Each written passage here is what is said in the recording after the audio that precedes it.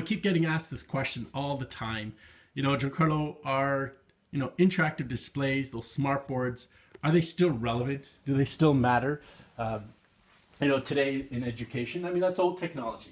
Well, what I'm going to do is I'm going to share with you some research that actually shows that they still matter and they're still an important part of every single classroom. And I know the devices are coming in, and I know, there's this focus on, get students more active by giving them devices, but we've got to be careful with that. And we can't forget what value still exists in having, large displays, in our classrooms. Now, I'll probably do another Periscope on, why, there's that sentiment that interactive whiteboards or smartboards promoted this bad practice of teacher-directed learning. Well, that's old technology. That was like single-touch technology. There was projectors with shadows. I'll do a whole other video on that one. But let's just talk about, why large format displays actually still matter in our classrooms. So let's just take that topic, right? Do large displays like projectors or large panels or interactive panels, do they matter? Absolutely, right? If you look at any country in the world, any classroom in the world today, you look at what behaviors teachers are doing. And in fact, the OECD, they have a TALIS study. So they actually ask teachers what they do in their classrooms, what behaviors, what do you find? Well, teachers spend time doing whole class instruction, small group instruction, kids working in groups, or individual instruction. So that's kids working by themselves. And this happens all across the globe. As you would guess, when you look globally, most of the time, classrooms are spent in whole class instruction. Now, a lot of countries are trying to move the percentages, to be more into these categories. But the point is, we spend time in all three of these categories, and all three of these categories are important. And this whole class instruction is extremely important. You start off a lesson, you guide students, set them on their path, and even if you're in a completely student-centered classroom, you still have points where you have to redirect students. You pull them back in and you redirect the whole class. Or at the end, you consolidate it. You try to, get ideas from different students and have a whole class discussion. So this part of teaching and learning still matters. And, it varies depending on what teacher you are, what country you're in. It varies what percentage of the time you're going to spend in all three of those categories. But the point is, there will always be a point for whole class instruction. And so having a large something in your room to display digital content matters and is important. Okay, great. But you can say, why do I need to spend so much money on one of these? An interactive panel. Why can't I get just a dumb panel, right? I can pay so much less for it. By the way, projector systems, you'll notice I'm not talking about them. Those things are gone and going to be gone in the next 5 years. So it's all be about panels. So the question is, I can do everything that I can do with an interactive panel. I can do it with just a static panel and mirroring with an Apple TV or Deseri or some screen sharing app. Well, that's not necessarily true. Let me share with you some research from this past year and also last year. So last year, Zachary Termala from Stanford did this really cool study where he got someone to create a 7-page presentation on giving effective presentations. Now, what he varied was the delivery method. What he kept constant was the script. So this person gave the exact same script to different groups of people, but varied how he presented it. Now, what are the different methods that he used? Well, the first method he used was actually writing, right? So someone physically writing, images and words, 7 pages worth, 7 flip charts worth of content with this script on giving effective presentations. Now, the second method, that was the first method. The second method was good old PowerPoint, right? So created, exact same script, but put those words and images on a nice PowerPoint with digital images and put it in 7 pages and delivered it to different groups of people. And the third one, he created the Zen presentation. So that's where you get metaphorical images to represent concepts. Again, 7 pages worth and delivered it with the exact same script, different groups of people. What were they measuring? What people will actually remember and how much people remember and for how long. So he looked at, how much will people remember immediately after the presentation and how much will people remember 3 days later. What happened? Well, it turns out when you look at his graph, and I have the links in this file. I'll make sure that you have access to it. I'll tell you how afterwards. Well, it turns out the people who wrote outperformed, the people who watched the presentation written outperformed the people who watched the presentation in PowerPoint, who outperformed the people who watched the Zen presentation. And that was roughly the kind of what it looked like, which means watching someone physically write out the images and content helps people remember more, not only immediately after the presentation or the information is given, but also after a period of time. Now, you might be saying, especially for those who are in education, okay, but it's not about remembering. It's not about memory. What we're into is deep learning. We're into not only kids being able to remember, but their ability to, apply what they're learning after they've remembered it or after it's been taught to them. Well, this past August, two researchers, Fiorella and Mayer, just published some really cool research where they did this. They had a teacher teach the concept of the Doppler effect to students who've never learned it before. Now, what they varied was the delivery method. So again, what did they do? Well, they started off with static content. So let's say they had some content where the teacher was going to reference, let's say, some digital material, such as an image like this, that would be used as visual cues for the students. Now, what's interesting is they started with just static content, right? So this is static content, just an image. And what they did is they gave the teacher a script, got a bunch of students in front of them, and that teacher taught those students the Doppler effect. Now I should mention this, before they started testing them, they actually tested them, they asked them some questions about what they knew about the Doppler effect. They want to get a sense of how much do kids already know about these concepts that we're about to explain. It's important to understand that, and you'll see why in a second. Okay, great. Then they threw the students in front of the teacher who did this. In this case, the image is already up there, right? So just like this. And the teacher basically had the image up there and then talked to that image and explained the Doppler effect to those students. Great. Once they were finished, kids did a test that tested their ability to apply that learning to new situations and to new contexts. Okay, great. That was the first method. What was the second method? Well, the second method, they used remote inking. What does that mean? That's things like Apple TV or Doceri. The teacher is saying the exact same script, but this time, actually, as she's saying the words, we learned about wavelengths. The Doppler effect is about when you have an object and it's emitting blah, blah, blah, blah, blah. So the teacher's going through the exact same script, but this time, as they're saying it, they're drawing in the images to represent the content or to emphasize the content. Now, those of you that are in teaching know, this is basically scaffolding the learning. It's presenting the content, as it becomes relevant, should add value. Great, that was the second way. Now, what was the third way? Now, the third way was a little bit different and yet the same. What they did is they took the same static content, but this time they used gesturing. They used gestures. So it was a static image presented on the board, exact same script, but this time, as the information became relevant, the teacher would gesture to it. Okay, remember wavelengths, when we have an object and it's emitting waves. So the teacher's physically gesturing at the static content as it's being projected. Fantastic. What was the third way? The third way was actually watching the teacher do this. As she was saying the script, she would physically go out and draw out the content as it became relevant. So you're probably wondering, what happened? What was the result? Well, can you guess? The result was this screen sharing, this remote inking, had zero impact, zero effect on helping kids remember and apply their learning into new contexts, which was no different putting up static content on a page and just talking to it, boring, right? There was no difference between that and actually remote inking. So save your money on that remote inking stuff. Where did we start seeing gains? Well, we started seeing gains when the teacher started gesturing and physically writing the content as she was displaying it.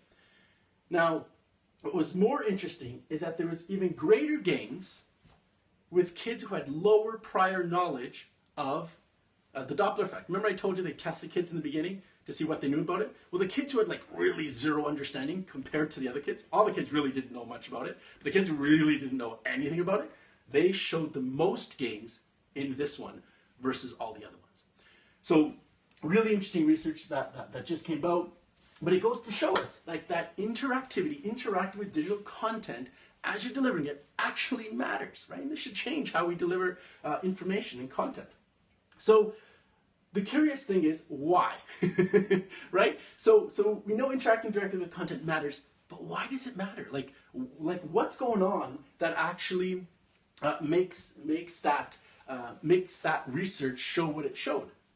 Well, there's actually a lot of educational theories that help us understand why this is happening. Now, one of them has to do with observational learning. Now, any of you that have kids and you have little kids that have like a 15-month-old at home, and he watches his 5 and 7-year-old daughters and sisters, and he copies everything they do, right? Before he even learned language, he's looking at what they're doing and he's mimicking, he's copying. Well, that's that concept of observational learning. That this over nature, and you look at animals even, just by the mere fact of observing, we start replicating and copying behaviors. Now, the other piece that relates to it is social agency theory.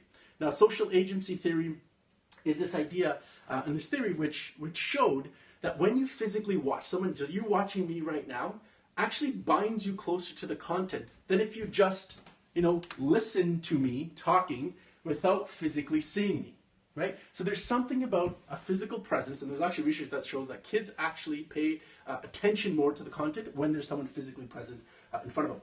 Now, the other one is really interesting, is this concept of gesturing, right? So me using my hands to make a point or to gesture while I'm learning, and even without learning, when you're talking to someone, gesturing actually is important. But in learning, there's even studies where they did, teaching kids about grouping. They'd never learned grouping before. And they had a teacher teach kids about grouping just by looking at images. And then another teacher taught the kids by doing this, by gesturing. Of course, the kids who saw the gesturing outperformed the kids who did it. So there's a whole body of research on why gesturing is important and it's relevant information. And what better way than an interactive digital display to actually gesture. Now, mirroring neurons. A friend of mine is a neuropsychologist, and I asked him, why do you think this research popped up the way they did? Why does interactivity matter? Like, what's going on in the brain? And he's like, Giancarlo, look up mirror neurons. Okay, so what are mirror neurons? Well, let me give you an example. Let's say you're watching a magician, right? And this magician takes this thing and stabs his arm, and he's like bleeding. You, as the observer watching this, what do? You cringe, right? You're like, right? You see a magician put something up his nose, you're like, oh my God, that hurts. Like a string pulled out of his eye, like it's gross. And so you cringe. Why do we cringe? Well, it turns out there's these things called mirror neurons. Now, what that means is, if we were to actually take a brain scan of this guy, of his brain, while he's doing that, and then we did a brain scan of this guy, what we find is they're mirrors of each other. Which means the exact same parts of the brain that are being activated here while he's doing this action are being activated in the observer's brain. Now, think about this. Any of you watch sports, right? Do you ever feel like you're so into it, like it's almost as if you're in the game? Well, you actually are. Your brain is firing just like that basketball player who's about to shoot that, three-pointer at the 1 second mark, right? Or I love this picture I found. Take a look at their arms, right? They're all doing the same gesture, right? And if we look at their brains, if we look at the players' brains, we'd see that they're mirrors of each other. So watching someone not only engages us more in the material, there's something going on in our brains which is actually mirroring what's happening in the person who we're actually observing.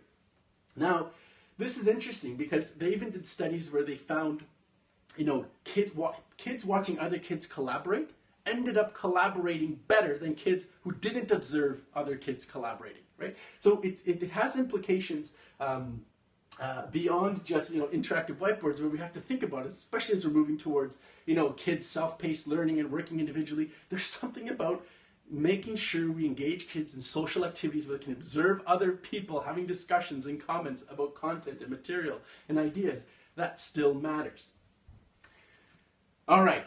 So that was, pretty convincing. There's lots of convincing arguments there about why, when you're doing whole class instruction, having an interactive display matters because it forces you to interact with the content, right? And especially as we're all digital, forget blackboards and whiteboards. It's all about digital now. We want to save it, share it, copy it. We want kids to bring up their content, and you want to be able to manipulate and move it. The best way to do that is on an interactive display.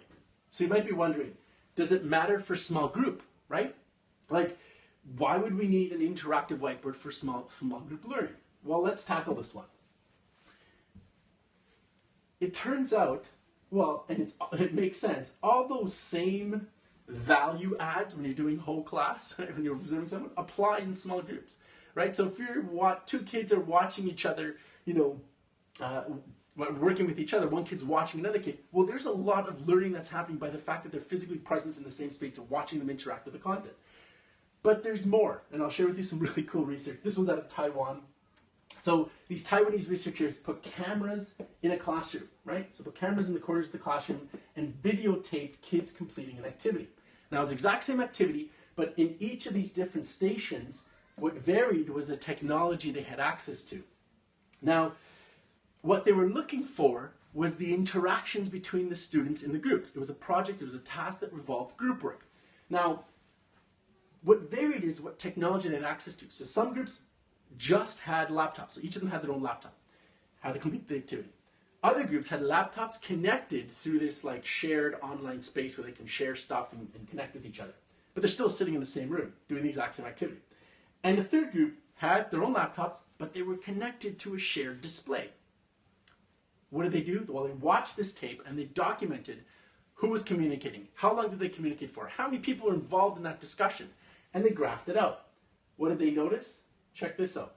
Kids with just laptops, that's what their graph looks like. This is the number of kids contributing. So the high bar here means all 4 kids were talking in a discussion, and the width represents how long they were talking for. Check out what happened when they introduced this shared space to collaborate. The kids are sitting right beside each other. It actually killed the conversation. Now, I'm actually contacting them because we have some new software that's designed to enable or a kind of force or instigate conversation. So we'd love for them to replicate it to see how that graph will change. But check this out. When those laptops, the kids with their own laptops, connected to the shared display, look at this. Look at the amount of discussion and the length of time and how many kids were actually communicating in the duration. Right? It was much longer. More kids were involved. And when you dig into this research, I kept a link here on the page. When you looked at the research, they also said what this didn't represent was the amount of non-verbal communication. You know what happens when you're working with groups, you're like seriously? Right? You just give them a look and you know what they mean, but nobody really talks. So there's so much gesturing and non-verbal communication that added to the dialogue and to the explanations and to the group dynamic. So absolutely, in small group learning, the best way to engage kids in small group learning is with large format displays. Now, there's 2 other people completely independent of each other that did research on it. This is college / university that did it with older students. Really amazing. Click on that link. A quick 1-page blog on their journey. It's crazy how they ended up at the same model of shared interactive space. They have a room with 9, and the kids always, every day, work in groups. It's pretty cool. And then Fogarty out of Canada, where he was like studying, well, what's going to help my high school science kids learn better? And not just with easy tasks. We tested kids with easy, low-level cognitive skill tasks and high-level cognitive skill tasks, like more complex, tasks. And he compared students' performance, in other words, how well they performed in those tasks, in groups with laptops versus interactive displays. What do you think he found? Right? The interactive displays trumped even, and especially when the tasks got more complex, interactive displays in small groups trumped devices or laptops. All right, so we got whole class, we got small group learning, right? There's value in it. You're probably wondering, individual, why would a large format interactive display matter when someone's working by themselves? And you're probably also wondering, why do I have an interactive display in my living room? That's a whole other story. You can ask the property brothers about that. But basically, I always sensed, and I used to teach, when I saw the kids, and with the interactive whiteboard I did in my classroom, it got kids out of their seats. And when I saw kids get out of their seats, it changed the behaviors. It was this weird phenomenon. But I knew in my house, I didn't want a television where kids just sit passively. Kids, consume content so much more than, being actively engaged with content. So I wanted this to be an active space. You have to physically get up. And hence why I got an interactive panel when they designed my house. There's some really interesting research about why interactive displays matter, even for the individual.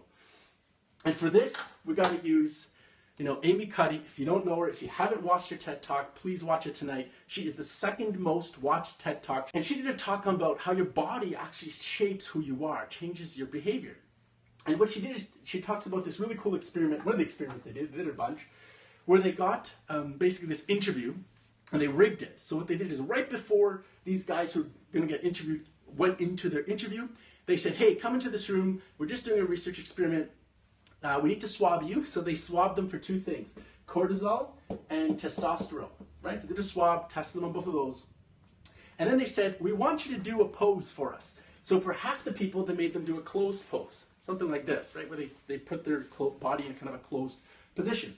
With the other groups, they made them do power poses, right? Things like this, like really powerful stances for 2 minutes, right? So 2 minutes doing these poses, then they sent them into the interview, right? This guy had no idea what was happening before. He was just there to interview those people. What do you think they found? Well, all of these guys over here outperformed in the interview these guys over here. What's more interesting is, after they finished the interview, they swabbed them again. And they tested them for cortisol and testosterone. What did they find? Cortisol decreased. Testosterone increased. Now, what does that mean? Cortisol is a stress hormone. Stress level goes down. Testosterone is like the energy and, give you balls, pardon the language, sort of hormone. So what did she discover? What did she uncover? What did she bring to the world? And why is it the second most watched TED Talk? Small changes in your behavior can change your physiology, which changes your mind and your behaviors, how you physically perform and how you actually act. Now, this isn't new to education. Like, there's this whole field of embodied cognition, that the environment and that your body in relation to that and learning, it matters. There's something there. And if you think about learning, do we want our kids going into school with their bodies like that? Or do we want the kids going to school with their bodies like that? It actually makes a difference and matters. So what this is painting a picture for us is that, we have to be really cognizant of the classroom environments that we create for our kids and the type of learning we expose our kids to. And I'm not the first to say this. Ken Robinson, the most watched TED Talk, he's got a variety of them. He brought this up in one of his TED Talks, and I put the link here so you can watch it.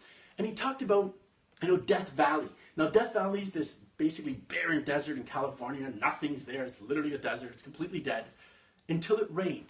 And it rained for like 2-5 minutes, like a short period of time. But what happened next was miraculous. It turned into a sea of beautiful flowers.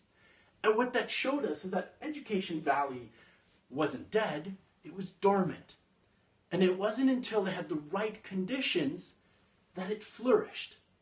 Now, this is a beautiful lesson for us to learn, is that when we're designing our classrooms, when we're thinking about what we spend our money on in our classrooms for our kids, we have to learn. It's not about, doing things that are cool. It's about going from like good to excellent, good to great, right? We got to look at what this future is telling us and create the best conditions, the best environment for our kids to flourish.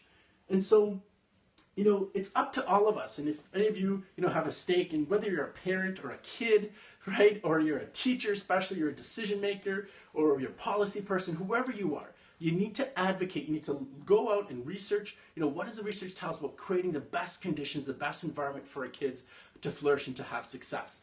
And hopefully, if anything, what you learned today is we need our kids getting up, we need our kids interacting with digital content. The world is all digital. The best way to do that is in an interactive display, both whole class, small group, and individual learning. Both whole class, small group, and individual learning. Both whole class, small group, and individual learning. Now, if you want a copy of this presentation, I'm more than happy to share it with you. If you're already on Twitter, just ping me on Twitter, say, hey, I saw your Periscope, or I saw your video on, why interactivity matters, can give it to me. It's in a notebook format. If you have a notebook, great, I'll send it to you. If you don't have it, try it. There's a free download for 30 days. But I'll also put it in PDF for you, so you can at least look at the content. I'm also going to post this video on YouTube, and in the YouTube description, so for those of you watching this on YouTube, at the bottom I'll have the notebook presentation as well as the PDF for you to download. So hopefully with that, you've got a taste of why interactivity really matters, and that changes our kind of perception of how we design our classrooms to encourage students to be interactively engaging with digital content.